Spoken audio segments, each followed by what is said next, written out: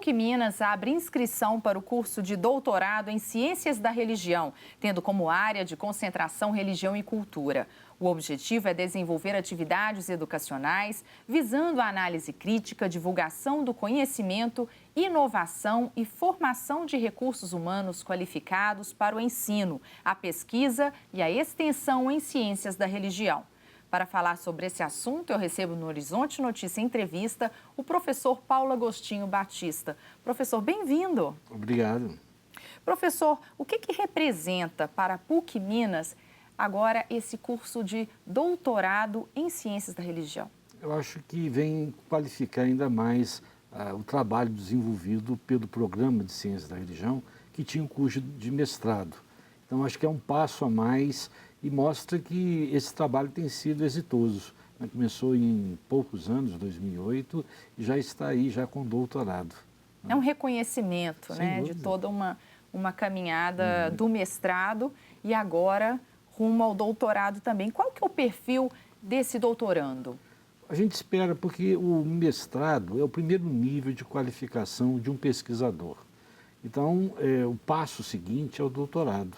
É você aproveitar e aí você vai ter que fazer uma pesquisa inédita sobre uma temática e é muito vasto o campo, inclusive o nome está no plural, né? Ciências da religião. Então congrega muitas áreas, a psicologia, a sociologia, a antropologia, a história, a geografia, a filosofia, teologia, todas essas áreas numa perspectiva intertransdisciplinar. Então é um campo muito vasto e que acolhe pesquisadores de várias áreas. Então ele é muito aberto a essa acolhida de profissionais, de pesquisadores que vêm de vários cursos. E é preciso, com certeza, muita dedicação, disciplina e disponibilidade. Esse é um critério na seleção. Trabalho. A gente pede se a pessoa tem, de fato, dedicação a isso, né? Ele tem que apresentar pesquisas, comunicações em congressos, publicação de artigos, além de desenvolver a pesquisa, que é a questão central, né? Ele vai produzir uma tese sobre uma temática inédita nesse campo da ciência da religião. E nesse curso de doutorado, especialmente, quais são os pontos mais importantes que vocês vão abordar? Pois é, com o curso de doutorado houve uma reformulação do programa. Nós temos, como você disse, uma área de concentração, religião e cultura e 3 linhas de pesquisa. Uma aborda o campo do imaginário religioso, o pluralismo religioso da sociedade, essa relação entre religião e literatura, essa é uma linha de pesquisa. A outra linha aborda o ethos. O que está acontecendo no ethos contemporâneo, os costumes, a ética, a moral, a questão de gênero, né? Ela entra num campo muito amplo nessa questão do trânsito religioso. E uma terceira linha de pesquisa pega religião, política e educação.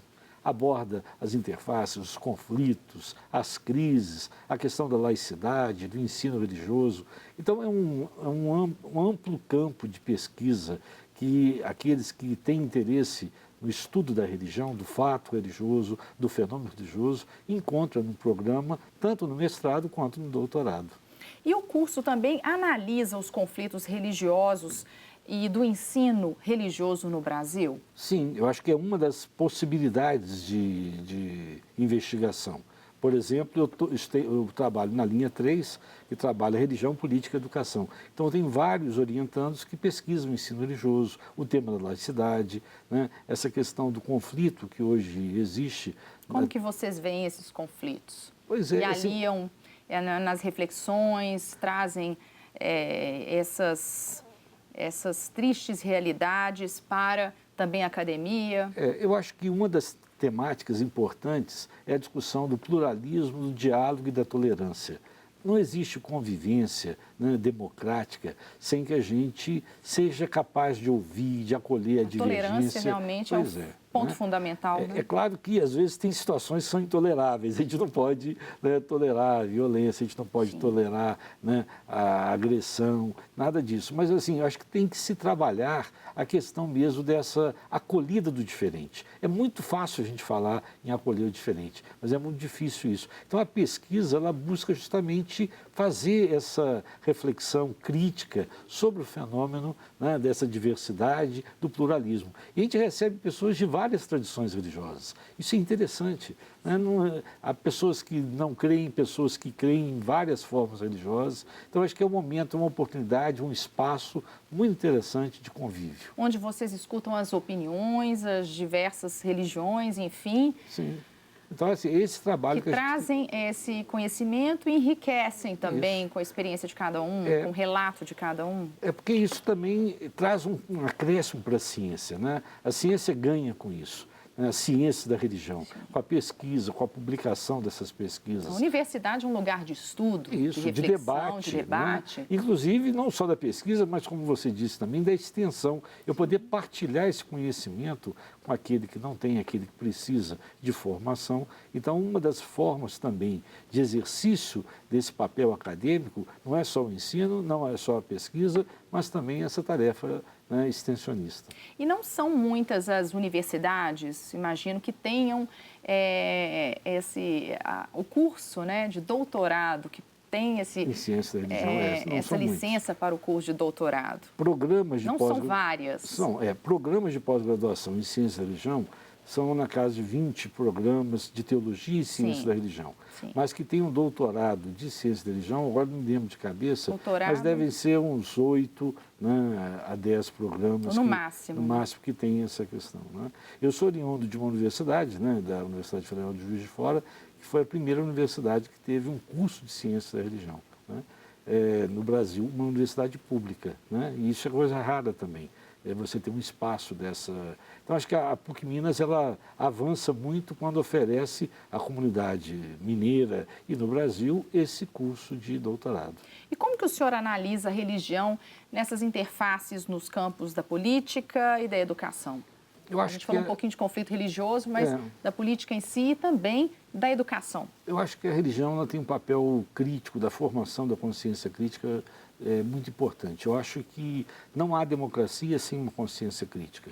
E eu acho que o ensino religioso, por exemplo, é um espaço muito importante para uma sociedade democrática, na medida em que ele oferece uma reflexão racional, crítica, conhecimento, para justamente superar aquilo que a gente estava conversando, o conflito, a intolerância, né? Eu acho que cresce muito hoje o fundamentalismo, essa atitude meio resistente ao diferente. Eu tenho a verdade, eu sou a posse exclusiva da verdade. Então, acho que a atitude da pesquisa, ela, na medida que eu conheço, aprofundo, a gente vai vendo que há diferenças, mas também há coisas em comum que aproximam as religiões. Então, acho que esse exercício é muito importante. E o país tem, entre algumas metas, ampliar o número de doutores até o ano de 2020. Gostaria que o senhor falasse sobre isso. Se a gente pega... a produção acadêmica em artigos científicos brasileira, ela ainda é muito pequena. Então, essa meta de ampliar os doutores é justamente isso.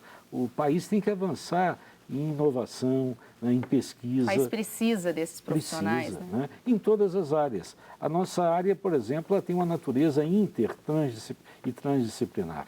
Né? É difícil você ter áreas assim, você dialoga com as próprias áreas de conhecimento. É diferente a filosofia, teologia, antropologia, sociologia. Então, ali na própria pesquisa já tem um exercício de diálogo acadêmico. Que é o que realmente precisa. Agora, eu gostaria que o senhor falasse da religião e educação. Pois é, eu acho que, voltando à discussão sobre o ensino religioso, nós tivemos agora, há pouco tempo atrás, uma audiência no Supremo Tribunal Federal discutindo a questão do ensino religioso. O artigo 33 da LDB e depois o acordo também do Brasil com o Vaticano. Eu acho que o país tem amadurecido a pensar um ensino religioso que seja também laico. O ensino religioso é oferecido em escolas públicas que não tem a função de doutrinar, mas justamente, como você disse, oferecer conhecimento, oportunizar esse momento da pessoa refletir, conhecer essa diversidade. A gente tem grupos religiosos hoje que fomentam exatamente o contrário, né? Fomentam justamente a exclusividade. Eu tenho a posse da verdade e não sou capaz de reconhecer o outro como também algo de valor. Então, acho que aqui avança, né, essa discussão entre religião e educação, ela é importante nesse sentido. A religião, ela forma a questão dos valores morais, éticos, então ela tem que ter um espaço, né? E pela primeira vez, né, saiu agora a Base Nacional Comum Curricular e o ensino religioso foi incluído. Então a gente ficou muito, né, para todo mundo, nos programas que lidam com isso, foi muito importante a gente ver, né, a acolhida do ensino religioso dessa forma, né, nessa base nacional. Professor, as inscrições começam quando para os interessados? Em fevereiro. Logo no início de fevereiro já estão abertas. A partir de 1º de fevereiro começam as inscrições, vão até dia 22, né? Aí depois tem um processo seletivo. Né? Todas as informações estão no nosso site, né? O edital com todas as exigências. Então a gente convida, né, o pessoal a entrar no PPGCR PUC Minas. Lá você terá todas as informações. Vou pedir para o senhor repetir o site. PPG? A gente colocando em qualquer site de busca, PPGCR PUC Minas, vai abrir a nossa página. É mais fácil do que ficar, né, aquela sopinha de letras www. Então, é PPGCR, né, Programa de Pós-Graduação em Ciências da Religião, PUC Minas. Com todas as informações para os interessados. Isso, né? E a gente espera receber, né, muitas inscrições, né, e já pelos telefonemas, há muita procura. E não precisa também a pessoa ter uma formação específica. Não, não. Basta ter o mestrado e quem deseja aprimorar na ciência da religião do ponto de vista até legal, não precisa ter o mestrado. Do ponto de vista da lei, não é necessário ter o mestrado. É claro que a gente prefere alguém que passou por esse primeiro nível de pesquisa, né? Agora, nós temos alunos de direito, de medicina, de engenharia, de comunicação. Ou seja, aberta a todos os interessados. É claro, né? que quem vem de áreas mais distantes, né, das humanas, no início talvez vai ter que, né, fazer um estudo preparatório para entender essa dinâmica. É um grande desafio, mas vale a pena. A gente precisa, né, professor? Muito obrigada pela sua presença, viu? O Horizonte Notícia Entrevista fica por aqui. Acompanhe a nossa programação também pela internet. O site é tvhorizonte.com.br. Até a próxima semana.